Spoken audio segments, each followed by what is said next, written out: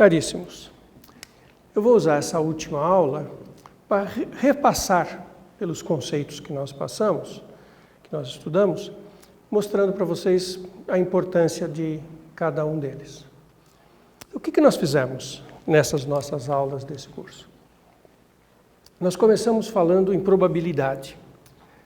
Foi preciso gastar um pouquinho de conversa para falar que probabilidade é uma coisa mais sutil, que não dá para definir probabilidade de uma maneira ingênua e que é preciso um certo trabalho. Quer dizer, essencialmente o que a gente tem que ter é um conjunto básico, um espaço de eventos, que não é o conjunto de todos os subconjuntos, isso por razões técnicas não funciona, então a gente tem que ter uma sigma-álgebra, que é um subconjunto de todos os subconjuntos, mas que é uma sigma-álgebra, é uma coisa que funciona bem quando a gente faz reunião de conjuntos e toma complementar, tem o vazio, tem o espaço inteiro. E é ali que a gente trabalha. E nós não temos que nos preocupar muito com isso. Os matemáticos teóricos se preocupam muito com a questão da sigma-álgebra. E isso traz uma coisa muito chata quando a gente vai estudar. Isso vai acontecer com vocês um monte de vezes.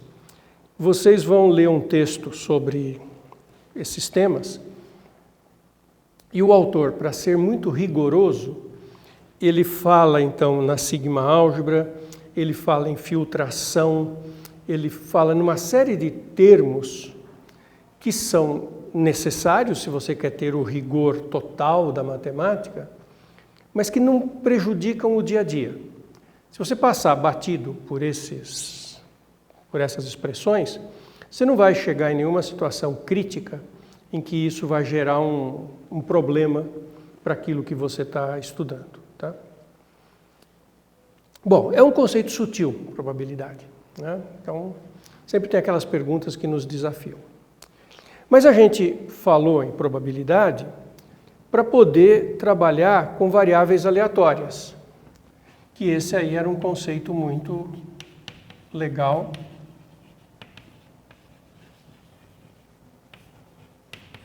e que a gente usou muito. Variáveis aleatórias, o que é uma variável aleatória? É uma função que está definida ali para os eventos, mas que não é necessariamente a probabilidade. Muitas vezes, quando a gente começa a estudar, a gente confunde variável aleatória com a probabilidade. Eu posso pegar como variável aleatória a probabilidade. A probabilidade é uma variável aleatória, mas eu posso ter outras. Por exemplo, no lançamento de um dado, eu posso olhar os números de 1 a 6. E a variável aleatória pode ser qual é o valor que saiu na face do dado. E a variável aleatória saiu 2, e aí eu me pergunto qual é a probabilidade de x ser 2, e é a probabilidade usual. Mas a gente pode estar interessado numa variável aleatória que não é a probabilidade só daquela coisa. A variável aleatória pode ser uma outra coisa. Pode ser assim, eu lanço 10 vezes uma moeda, eu posso estar interessado em saber a posição das caras. Então, o resultado da variável aleatória é uma sequência assim, saiu o cara na posição 1, na posição 3, 5, 6... E aí não é um número, tá? Mas eu sempre posso perguntar qual é a probabilidade daquela minha variável aleatória ter um certo valor S. Ela está definida a partir dos eventos do espaço amostral e eu tenho sempre a probabilidade de que ela aconteça. A variável aleatória tem que estar associada a um espaço de probabilidades. Tá? E aí a gente trabalha. Assim como eu posso falar de esperança de dados, eu defino o que é a esperança da variável aleatória x. Então, é a soma dos valores S vezes a probabilidade de que x seja S, onde S percorre o conjunto adequado dos eventos, onde ela está ocorrendo. Então, a esperança é a soma dos resultados vezes a probabilidade dos resultados. E a gente fez, ao longo do curso, várias vezes essa análise. Isso, se o meu espaço amostral é finito.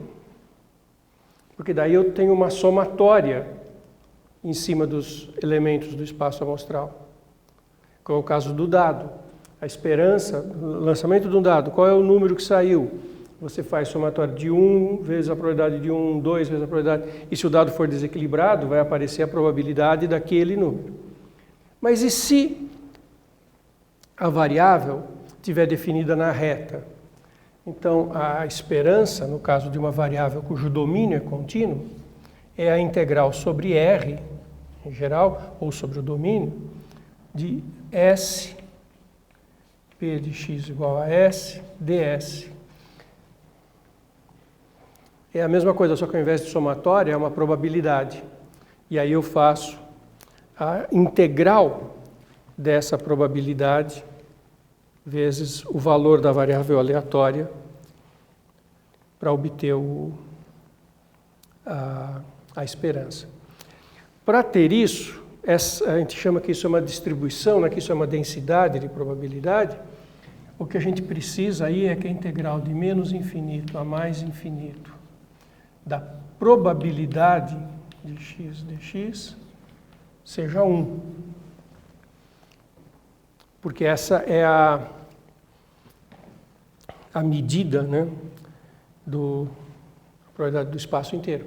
E quando a gente tem uma probabilidade como essa, daí a probabilidade de que a variável x seja maior ou igual que a, menor ou igual que b, ela é a integral de a até b de p de x dx, com x, então, variando entre a e b. Essas coisas são clássicas, no estudo de variáveis aleatórias. Uma variável que é super importante é a distribuição normal, aquela de Gauss, em que a densidade, que é esse p de x aqui, é igual a 1 sobre raiz de 2π sigma e elevado a menos x menos μ ao quadrado sobre 2 sigma 2. Isso aqui é a distribuição normal com média μ e variância sigma 2.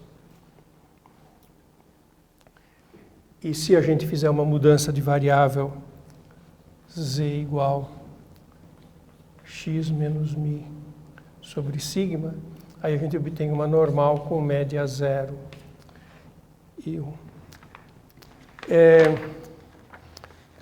Todo cuidado para definir probabilidade, ainda assim, fica uma coisa que é meio paradoxal. Imagine uma distribuição, como é o caso da distribuição normal, com uma certa média e uma certa variância. Aí eu pergunto, isso ocorre sempre nos casos contínuos, qual é a probabilidade de que x seja exatamente um certo valor fixado? Eu dou um certo k aqui, 5. A resposta é 0, porque a integral de 5 a 5 é 0. Cada ponto individualmente tem probabilidade 0. E aí isso é meio contraditório, porque a gente fala, bom, mas se eu somar tudo, dá 1, e cada um vale 0? Como é que é isso? A soma dá 1 e cada um dá 0. Isso é uma coisa meio paradoxal, mas a gente tem que lembrar o seguinte. Quando a gente tem infinitos enumeráveis, a gente pode somar. Se for finito, é uma somatória comum. Se for infinito enumerável, é uma série. Mas, quando é uma quantidade não enumerável, real, não dá para falar em soma. A gente não tem como falar soma. E a gente tem aí a integral. E a integral de uma quantidade não enumerável de números pode dar o que tem que dar. E isso é meio contraintuitivo. Não é nenhum problema, porque jamais na prática a gente vai precisar disso. No mundo real, a gente sempre vai trabalhar com a probabilidade de que x esteja no intervalinho AB. Quando eu precisar falar qual a probabilidade de que x seja 5, eu não vou falar a probabilidade de que x seja 5. Eu falo a probabilidade de que x esteja entre 4,9 e 5,1. Eu vou trabalhar sempre com intervalos, eu nunca vou trabalhar com essa situação paradoxal. Tá? Observe que eu estou falando de uma variável aleatória que pode ser discreta ou contínua. Daí nós olhamos o conceito de processo estocástico.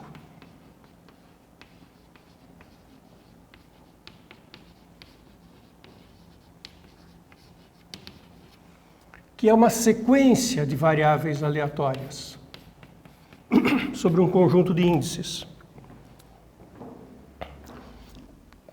Então tem duas instâncias para dizer se ela é finita, discreta ou se ela é contínua.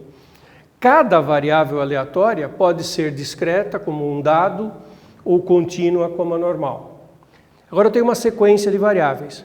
Se for uma sequência finita ou enumerável, como quando eu construí o passeio aleatório da ruína do jogador, que podia ganhar ou perder, eu tinha uma sequência de variáveis aleatórias discreta.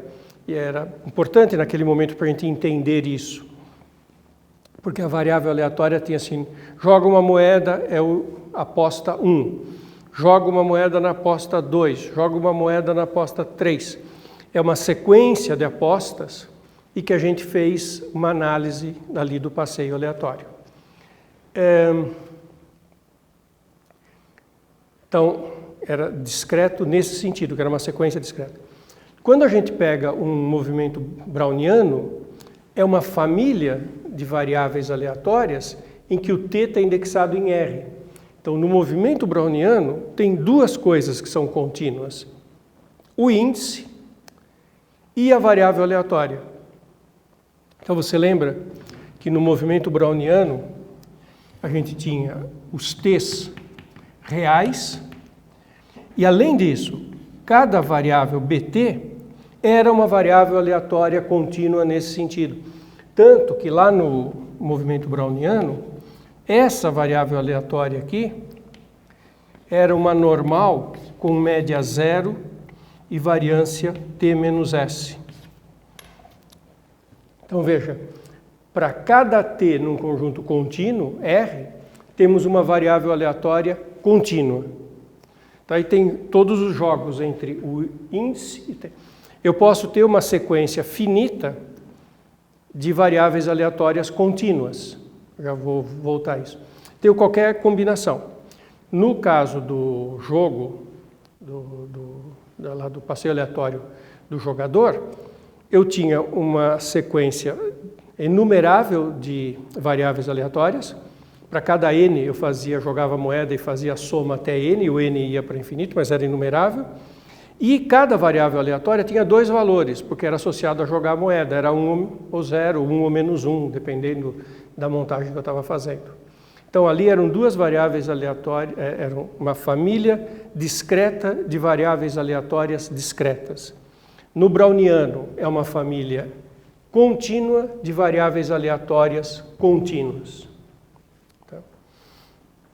Então, isso é uma coisa que tem que ficar assim, sempre bem clara na cabeça da gente, para a gente não misturar os conceitos com os quais a gente está trabalhando. Tá?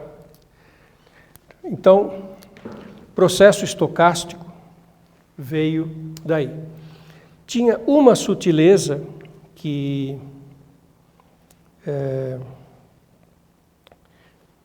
não cria grandes problemas, que é o seguinte: dentro do conceito de processo estocástico, tinha um conceito importante que era o de trajetória. Quando a gente queria olhar,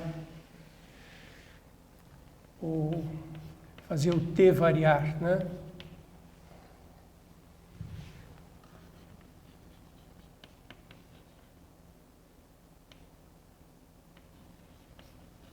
E aí a gente via essa variável aleatória como o t variando e a outra variável não, ficando fixada. Agora, o que é esse fixado?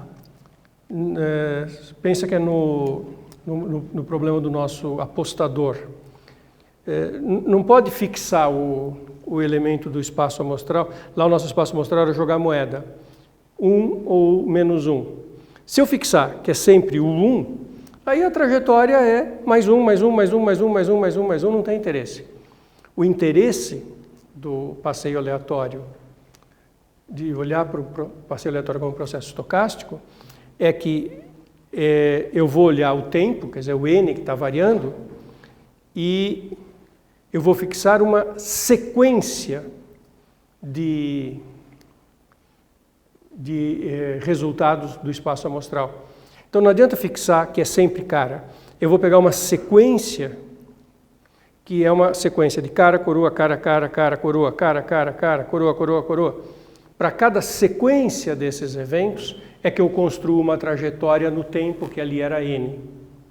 Por isso que a gente acabou olhando que o processo estocástico podia ser olhado como o conjunto de todas as funções, onde você tinha aqui o teu espaço amostral, que no caso da moeda era 1 ou -1, e você pegava todas as funções, que se indicava assim, né?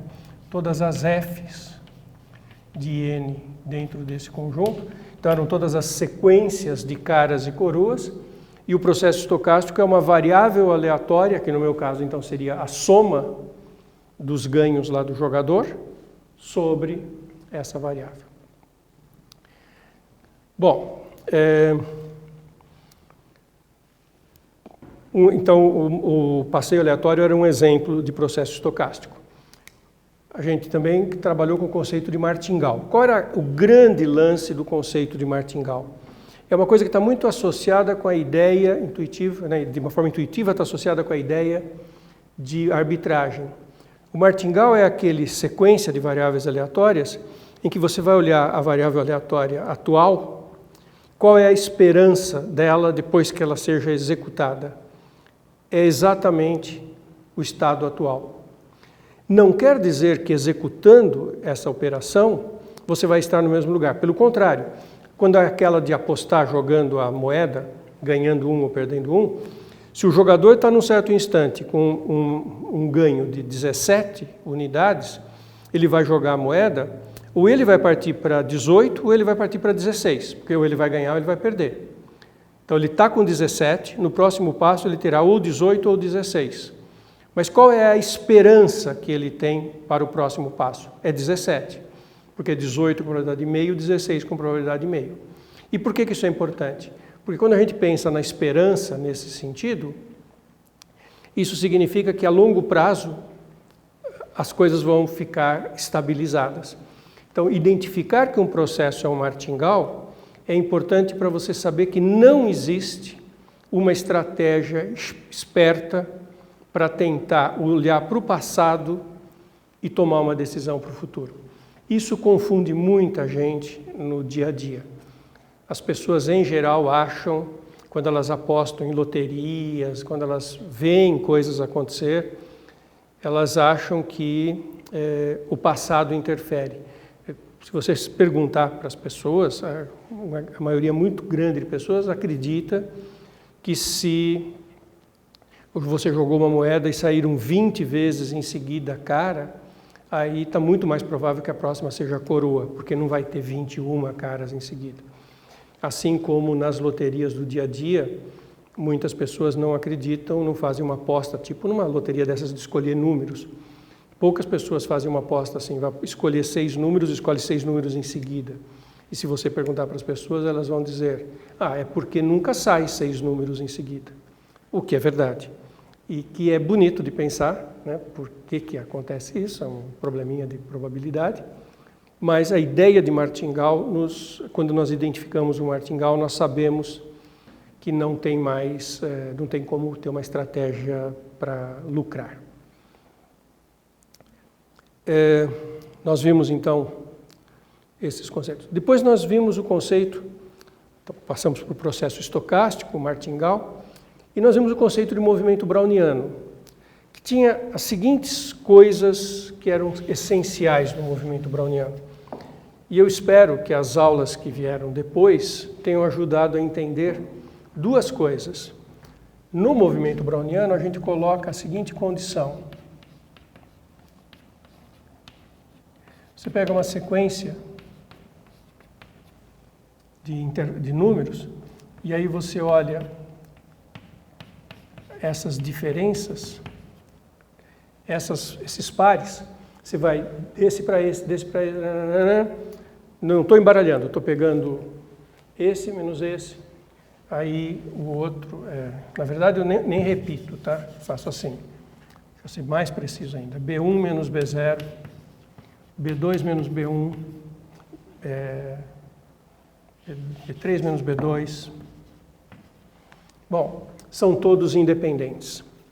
A gente usou isso em algumas passagens em que a gente precisava da esperança e aparecia o produto, e a gente sabia que quando os eventos são independentes, o valor esperado do produto é o produto dos valores esperados. E a outra coisa que era essencial no browniano era que BT menos BS era uma normal de média zero e variância T menos S. E se você for olhar as aulas em que eu falei de integral de Ito e de equações diferenciais estocásticas, isso apareceu o tempo inteiro, para dizer que coisas eram equivalentes. Então, as condições do movimento browniano, além de serem coisas que descrevem o que se observa, né, no mundo real, elas são uma maneira técnica de colocar na formulação matemática rigorosa aquilo que a gente vai precisar na hora de resolver, fazer a construção acadêmica do que vai ser feito. Tá? E aí nós chegamos na integral de Ito. Integral de Ito é uma coisa que merece muita reflexão. Imagine que você quer fazer uma coisa que nós vamos chamar daí integral de x dBs, xs dBs. Então, não é uma integral igual à integral de Riemann, não é uma integral igual à integral de Lebesgue, não é nada disso, tá?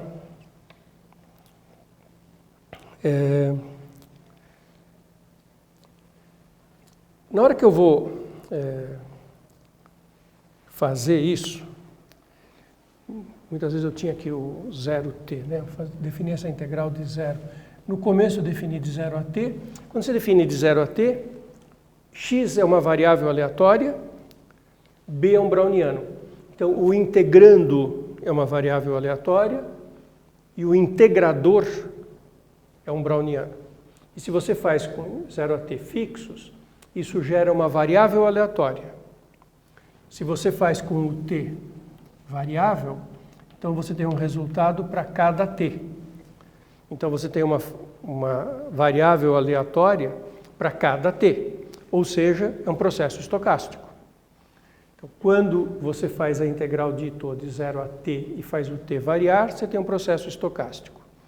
Quando você faz a integral de 0 a t maiúsculo fixado, você tem uma variável aleatória. A gente manipulou isso. O interessante, como é uma coisa muito sutil conceitualmente, eu estou, nesse instante, tentando mostrar para você uma coisa um pouco diferente. Faz uma partição. Então, você vai ter para cada TI da partição, porque isso aqui é um processo, né, um processo estocástico. Para cada S tem uma variável aleatória, então você tem uma variável aleatória. O dB, você faz o BTI menos o BTI menos 1. É uma variação, uma diferença de variáveis aleatórias. Então, para cada partição, isso é uma variável aleatória. Normal. Eu posso somar em I. E eu posso fazer o limite quando n tende a infinito. Agora, o que é isso? O que é esse limite? Quando a gente faz soma de Riemann, que está calculando, né, lá no começo dos estudos de cálculo, você tem uma função e você calcula a área debaixo da função através de uma integral, você faz as somas de Riemann e tudo mais, e quando você calcula o limite, vai dar um número real. E aqui, o que é esse limite? É um limite de variáveis aleatórias. Então, o que eu quero dizer quando eu falo que esse limite é a integral de Itoh? Eu estou querendo dizer que existe uma variável aleatória y que, em algum sentido, coincide com isso. Mas em que sentido que coincide com isso? Y é uma variável aleatória, então a gente calcula em eventos. Isso é uma variável aleatória, a gente calcula em eventos. A variável aleatória calculada em eventos dá um resultado, dá um número. Estou trabalhando com variáveis aleatórias que tomam valores em R. Então, para cada evento, isso é um número, e isso é um número, que é através de uma somatória. Então, faz sentido perguntar se essa sequência de números tende para esse número. Dizer que nós temos a integral de Itoh de um processo estocástico em relação a um browniano e que dá esse processo estocástico, é dizer, quando você está só com o T maiúsculo, é só uma variável aleatória, é dizer que esta variável aleatória, quando calculado num evento, coincide com esse limite numérico. E quando a partição vai para zero, essas sequências de número tendem para aquela variável aleatória. Então, dizer que uma função tem uma integral de Itoh é dizer que existe uma variável aleatória que coincide com esse limite, que são números, quando calculado em eventos. Em todos os eventos, eu nem preciso que seja em todos os eventos. Eu quero que essa variável aleatória seja aquele limite calculado em A, e o conjunto dos Ws onde igualdade ocorre, onde vale igual, tem a medida 1. Ou seja, pode ter até um evento em que esse limite aqui não convirja para y, mas eu quero uma igualdade em probabilidade, que o conjunto dos elementos do espaço amostral, onde essas duas variáveis aleatórias coincidem, tem a probabilidade 1. Quer dizer, isso é uma coisa que é super importante na integral de Itoh.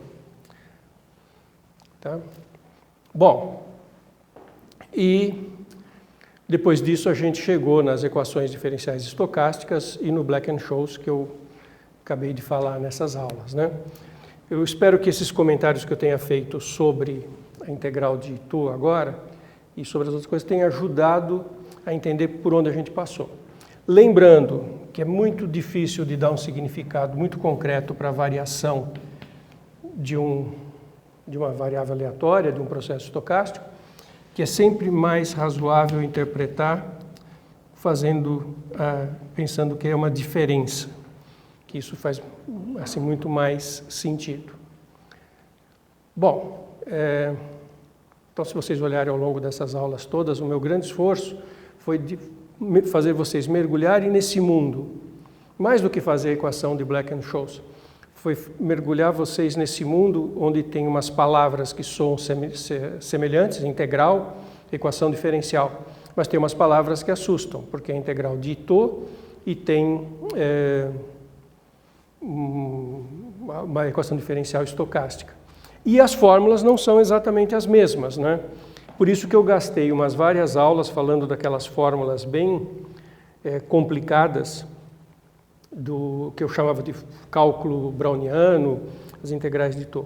Assim, só para lembrar, uma das fórmulas bem tranquilas que a gente mostrou que não é igual, é uma coisa assim, na integral de 0 a t de bs dbs. Quer dizer, você está integrando x dx, que no cálculo é x2 sobre 2. Só que aqui, para nós, deu meio de bt menos meio de t quadrado.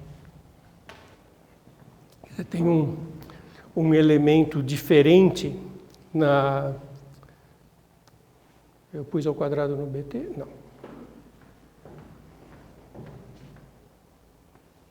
O cálculo funciona de uma forma um pouquinho diferente. Por isso que eu fiz várias análises das fórmulas que aparecem, que eu chamei de cálculo, né, com as integrais de Itoh. porque, inclusive, quando eu deduzi de maneira estocástica a equação de Black-Scholes, apareciam aquelas fórmulas que eram fórmulas um pouco diferentes. Legal? Então ficamos por aqui. Estou encerrando o curso com essa sequência de comentários e aprofundamentos sobre tudo que nós discutimos. Valeu, turma!